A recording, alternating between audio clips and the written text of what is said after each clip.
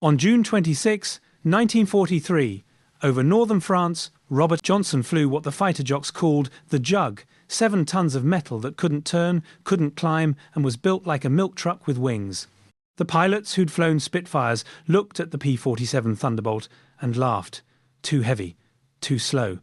A brick that burned fuel faster than it fought. Johnson had heard it all, muttered it himself during training. Today, a Focke-Wulf W190 pulled in behind him, close enough that Johnson could count the propeller flashes. The first burst of cannon fire punched through the canopy, shattering the plexiglass. Johnson felt his shoulder go hot and slick with blood. He kicked the jammed canopy with both boots, it wouldn't budge. The German pilot slid alongside, emptied burst after burst into the crippled fighter, then peeled away, satisfied he'd killed another American. But the Jug kept flying. What they didn't know was that this flying milk truck would reshape everything about air combat, and the pilot trapped inside it would prove that survival beats elegance every time. Tracers raked across the Jug's back, and heavier strikes from the 20mm cannon thudded into the cockpit armour. Johnson kicked the canopy again with both boots braced against the instrument panel, but the frame wouldn't budge. The German stayed locked in his mirrors while the Jug remained what it had always been, a brick with a cyclone engine. Johnson shoved the nose down and let the P-47 fall, fast the Pratt & Whitney R 2800 radial kept rumbling like a train that refuses to stop. The Focke-Wulf kept drilling him with cannon fire.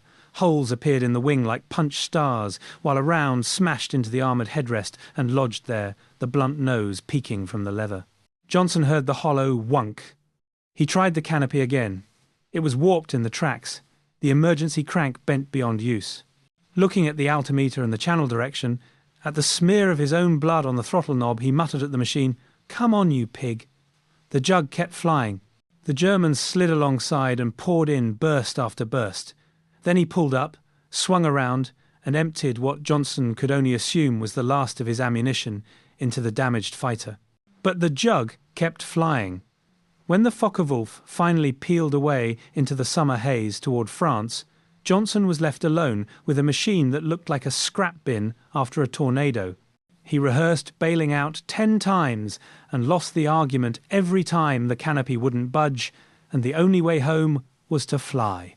He pointed the damaged nose toward the channel, with oil mist on the windscreen, a ripple in the starboard aileron that made the stick buzz, and a sound under his boots like a drawer full of wrenches. When he crossed the coast, the white line of surf appeared ahead. That evening, on the ground, men with tape measures and grease pencils crowded around 416235 and stopped counting bullet holes at more than 200. A 20mm shell sat fat and sullen behind the headrest. When somebody finally pried the canopy loose with a pry bar and 2 men groaning in unison, Johnson climbed down and touched the armour plate with the back of his hand. His face held a grin that mixed disbelief with exhaustion. In the ready room, the loudest skeptics weren't loud anymore. One of them turned the 20mm shell in his palm and said, "A flying milk jug, huh?" Another answered quietly, "Yeah, one that won't spill." A belief moved through the room because fingers had touched metal and the pilot was standing there with his sleeve taped where blood used to be. The 56th Fighter Group, Johnson's outfit, would fly nearly 20,000 sorties before it was over. They'd send 8 Browning, 50 caliber machine guns spitting at close to 100 rounds every second. When a pilot mashed the trigger, burning through more than 3 million rounds total and claiming nearly 675 enemy aircraft shot down, with another 330 destroyed on the ground. None of those statistics existed yet on this June evening, just a beat-up Jug on its wheels, a crowd that smelled like sweat and solvent, and a line that got said quietly a dozen times over. This thing won't die. The P-47's heart was a big, air-cooled radial engine sitting forward of a bathtub of armour separated from the cockpit by bulkheads and plumbing. Air-cooled engines had no long, fragile coolant lines snaking to a vulnerable radiator like the sleek inline engine fighters had. You could punch a dozen holes in a radial engine and, if the oil kept circulating and the cylinders weren't shattered, it would keep making power long enough to get you to the edge of the map. The turbo supercharger ran in the belly with its own ducts and bulky pipes, all of it as subtle as a factory boiler room. Somewhere back across the channel, someone who'd laughed at the Jug's weight and range would see the photographs of 416235's 200 wounds and say nothing for a long time. A belief was moving, reshaping everything that came next. By dusk, the squadron dispersal looks like the backlot of a factory. Oil, drums, ladders, a canvas windsock slapping its own pole.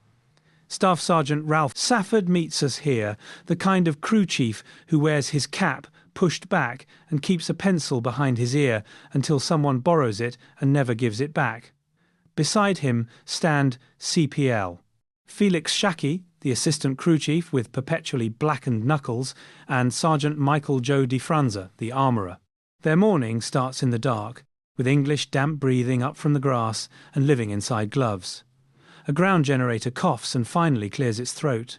The Jug's big prop turns once, twice, 3 times, then the radial catches with a heavy metal cough that shakes the ladder. Safford checks the magnetos by feel, while Shackey disappears under a gun bay door with a flashlight clenched in his teeth. Meanwhile, DeFranza's hands move along the ammo box, feeling for a kink that doesn't exist yet. "Don't believe in luck," he says. "Believe in belts." The group flies nearly 20,000 sorties across more than 440 missions, roughly 43 sorties for every mission day. That only happens when crews like Safford's turn shot-up airframes into airplanes again by breakfast. They push more than 3 million rounds of .50 caliber through wing bays. The belts that make those seconds decisive are built by men like DeFranza at 3 in the morning with a glove removed so the fingertip can feel a bad link. You've got a ship due to taxi in 12 minutes, and one of the 8 guns shows a stubborn feed in the cold. Do you greenlight it and hope the heater line warms the belt in the climb, or tear it down and risk missing the takeoff slot? Safford blows on his hands and looks at the clock. "We're fixing it," he says. No maybes. Shackey's screwdriver flashes, while DeFranza feeds a fresh stretch, palms pressed and elbows tight to steady the box. They button the panel and chalk one word on the aluminum: hot.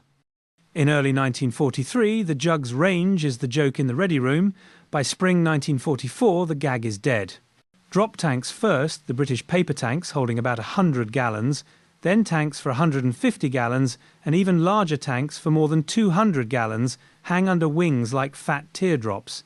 The 56th consumes thousands upon thousands of the smaller tanks and thousands more of the medium variety, with a few hundred of the largest tanks tossed in. On heavy days, a pile of empty tanks grows like driftwood after a storm, smelling of raw gasoline and celluloid glue. A Browning. 50 will run in cold weather if the feed is clean and the cartridges aren't sticky. Heater lines run warm air from the engine to keep temperature above the point where metal stops cooperating. The belts themselves are staged, armour-piercing, incendiary, tracer-tailored to the day's targets. A pilot grins, tapping the gun bay. "Load 'em hot. I don't plan on a third pass." Safford's reply is quiet. "Bring back my aeroplane." A German unit times the escorts and thinks they can catch the stragglers on egress. The weather breaks in the wrong direction for them. Jugs return, topped off by drop tanks that worked as planned. The trap closes on the wrong jaw. The enemy is brave, trained, and flying very good aeroplanes. But when a plan depends on your opponent being fragile and he's not, the most disciplined tactic turns into a bad place to be. The pilots rely on people whose names the newspapers won't print.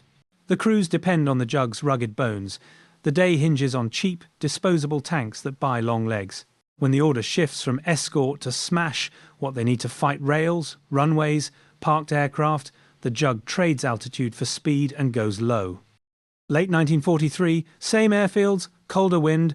The pilots who once scoffed at the Jug's weight now praise its dive. Drop, strike, and don't hang around. From altitude, the Jug cuts a shallow, screaming path, and those 8 .50 caliber guns write their answer in lines of fire. When you're fast and heavy and the nose is steady, nearly 100 rounds pour out every single second, raking against something built by hands for lift and grace. But dominance tempts greed. You watch tracers walk wide on a first pass, and you say aloud inside your own helmet, "One more." July 1944, at Niedermendig, Germany. Francis Gabreski spots an airfield. His first pass feels unsatisfying. The second pass calls his name like a dare. Down he goes. The runway leaps up faster than judgment. The tips of the big Curtiss electric prop arc too low and scythe the surface. He keeps it level enough to belly the jug onto the field in a shower of sparks and torn aluminum as the vibration goes from buzz to jackhammer in one breath. He clears the cockpit and runs as if the ground will explode, disappearing into the countryside. Days later, a German patrol finds him. He knows the bill for one more pass is paid in cash. So do the men back at the line, who have to pencil a missing airplane on the board where it used to say HVA. Gravity and temptation did what competence could not. Ammunition trays empty in minutes. A ship can burn through the armourer's careful belts before a kettle boils. Late in the war, rail yards and airfields become the canvas, and the paint is incendiary. The 56th Fighter Group counts the big numbers, thousands of sorties feeding hundreds of claims, but at treetop height the math is smaller and crueler. A flak burst timed well is everything. A shallow run saved by a breath's worth of throttle is life. A decision to go again can write your name into a new column. At low level, the big jug builds speed fast in a dive. Propeller tips at high RPM approach, transonic flow. Shockwaves nibble at control authority, and the aeroplane's attitude can feel stuck nose low. Add the sink from ground effect loss as you flare late, and the slightest misjudged height turns prop arcs into shovels. The P-47's tall, sturdy gear are built for strafing fields. On Gabreski's second pass, the belly landing means all that engineering shifts to survival. Wide track gear folded, belly smooth like a sled, that radial engine up front like a battering ram, all making the difference between a fireball and a running man. On any field in 1944, older pilots tell rookies, second passes are where you die. A younger one answers, first pass was ugly. I went again. Both voices are still out there. The German ground crews have parked their machines in neat rows and watch from a slit trench as incendiary traces thread the aisles and turn order into junk. They've done everything right by their book. Dispersed where the boss said, camouflage in place, patrols posted. The sky opens and the hammer falls anyway.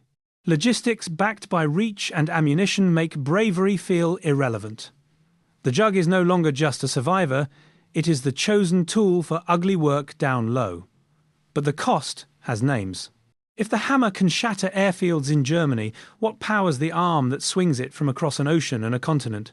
Follow the noise to Farmingdale, New York, and a woman with a rivet gun who started at 60 cents an hour. Farmingdale, Long Island, the sky smells like salt and hot metal. Josephine Rachel is 20-something, with her hair tied back in a bandana and a grin that says she likes finishing things. She holds a rivet gun for the Republic Aviation P-47 line. On her first day, the foreman circles a number on a time card and says, 60 cents an hour to start. She laughs later and says, it was enough to buy pride. A jug's tail section sits in a jig like a half-built boat. Ribs visible, skin rolled back like fabric on a frame. Rachel and a partner work in rhythm. One holds the bucking bar on the far side, heavy and dead in the palm, while the other pulls the trigger and the rivet swells with a chatter that travels through wrists. Drill, whine, rivet chatter, hand signals, chalk marks across the aisle. Another team fits a panel. Up the line someone stamps a data plate. Down the line someone slaps a tailcode with a stencil and a brush. A row of rivets doesn't sit quite right. The line keeps moving and quotas push forward. Keep up, keep up. Instead of letting it pass to hit her numbers, she raises her hand. The inspector checks the row with a mirror and a flashlight and nods, telling her to fix it. She ends her shift a few minutes late, fingers buzzing, shoulders warm and sore, and sleeps as if she's been doing farm work. The front sends need, the factory sends answers. On a mission day, roughly 40 sorties burn through ammunition in 5-second storms. Drop tank consumption adds up fast. Nearly 9,000 of the small paper tanks holding 100 gallons each, and over 13,000 of the larger ones at 150 gallons, each one appearing as work orders that demand more pylons, more fittings, more fuel lines, pre-rigged and ready. A rivet is more than just a dot. The P-47 spreads loads across skin panels, tied together by rivets that clamp metal to ribs and longerons. A bad rivet can start a crack that walks under vibration. A good one spreads stress like a snowshoe spreads weight on soft ground. When a jug lands full of holes, what kept a panel from peeling back is 1,000 good choices, by hands like Josephine's. "We could do the jobs men did," she says years later. The foreman's catchphrase, "keep the line moving," becomes a family joke at holidays. There's a day a jug on a test hop swings low over the plant with a waggle, and someone swears the tail number is one she remembers chalking. She believes it. Men who said women couldn't hold tolerances in heavy industry watch inspection yields come clean. The joke about girls with guns dies next to a stack of tail cones that pass on the first try. The line beats. The jug endures.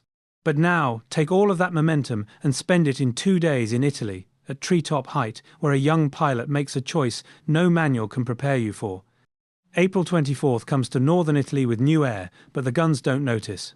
First Lieutenant Raymond Knight pulls low over the Po Valley in a Republic P-47 Thunderbolt. The brief is simple. Parked aircraft are the enemy's last hope. Hit the airdromes and make them junk. The first run hits Geddy, where flak stacks, disciplined and mean, fire and smoke fill the pass. Things on the ground burst like boxes of matches. Flames feed flames on the second pass, louder than before. Knight leads and calls targets, while tracers write names across hangar mouths. By day's end, more than a dozen aircraft destroyed by his guns alone. Another 10 wrecked by the attacks. He led nearly 25 airframes erased from the field. His jug takes damage. Holes appear where there should be rivets. A control feels looser. The engine changes pitch. The radio fills with work. 2, you're open left. 3, hit the dispersals. Lead, you're smoking. The airdrome burns behind them and the valley opens like a runway. He could bail out now. The unit is short on serviceable aircraft. The jug he sits in is one more sortie tomorrow or a write-off today. He doesn't pull the ripcord. Nursing a damaged radial engine over mountains means pulling the propeller control to bring RPM down. Mixture gets adjusted, cylinder head temperatures watched, manifold pressure kept steady. Airflow is his ally, but every nose-high correction to clear terrain robs cooling. Every nose-low mercy for the engine steals altitude he can't afford. By April 25th, the Apennines rise, with ridges like teeth. He points the jug at a notch that looks like it will accept bargains. The radial coughs in a new way. Someone on the radio says his name. He doesn't answer. His hands are doing arithmetic faster than his mouth can move. He tries to bring tomorrow's sortie home. The mountains keep the sound. Another pilot in the flight tells a chaplain later, he was thinking about us. The enemy believed the airdrome was a safe place to breathe. It wasn't. More than 24 aircraft, his personal tally, and the ones his leadership destroyed stand as the measure of a single day's cost. Morning comes even after the mountain keeps a sound. The line forms again. Someone writes a new tail number on a board that has one name less. May 1945, European Theatre. The windsock lifts and droops, a Republic P-47 Thunderbolt. They called it a jug taxis in and shuts down. The big radial engine ticks as it cools, expansion and contraction singing in a dozen small notes. Staff Sergeant Safford pulls a glove off with his teeth and touches the cowling once, the way you'd pat a dog after a hunt. He used to say, "Bring back my aeroplane," and most days they did. A pilot, maybe Johnson on a visit, turns a fat, inert 20mm shell over in his hands one more time before setting it back where he keeps it. Someone says, "The pig that wouldn't fly," and someone else answers, "The plane you'd die to save." The numbers tell a story that stretched across years of war. Nearly 20,000 sorties flown, over 3 million rounds fired downrange, nearly 700 kills scored in the air, a third that many more on the ground. Another board lists man-hours on heater lines, drop tanks hung in a month, guns that came back with 0 stoppages in a week. Names are carried elsewhere, Knight among them, and a medal rests in a case far away. The engine ticks as heat moves to rest, oil settles, gaskets relax. Tomorrow, if there were a tomorrow for this war, the crew would pre-oil and pull the prop by hand. The ritual won't happen again. The hammer just sits on the bench. Riveters clock out in Farmingdale. Josephine Rashiel wipes her hands, smooths the hair at her temple, and walks home with a fatigue that means something different now. The foreman reaches for a coat and says, "Keep the line moving, the way he always does." A test ship passes low once more, and someone says they know that tail number. Gabreski comes home thin and hungry, still smiling. Johnson tells a young listener about a day over France when a German did everything right and failed. Safford puts his lucky pencil in a drawer. Franza links a belt for a stateside gunnery demo. Shaki cleans his hands, but they stay black at the knuckles anyway for a week. The enemy was brave and skilled. Many of them never had a choice. The satisfaction that remains is that the people here were right to trust the machine and each other. Drop tanks, thousands upon thousands of them, in 2 main sizes, and hundreds more in another lie, in photographs like driftwood. Each one is a few minutes of range that added up to a new map. Each represents a promise kept because a worker in a cold morning latched a fitting and an armourer at a colder one built a clean belt. The milk jug flew, the hammer broke what it had to. The hands that swung it set it down gently when the work was done.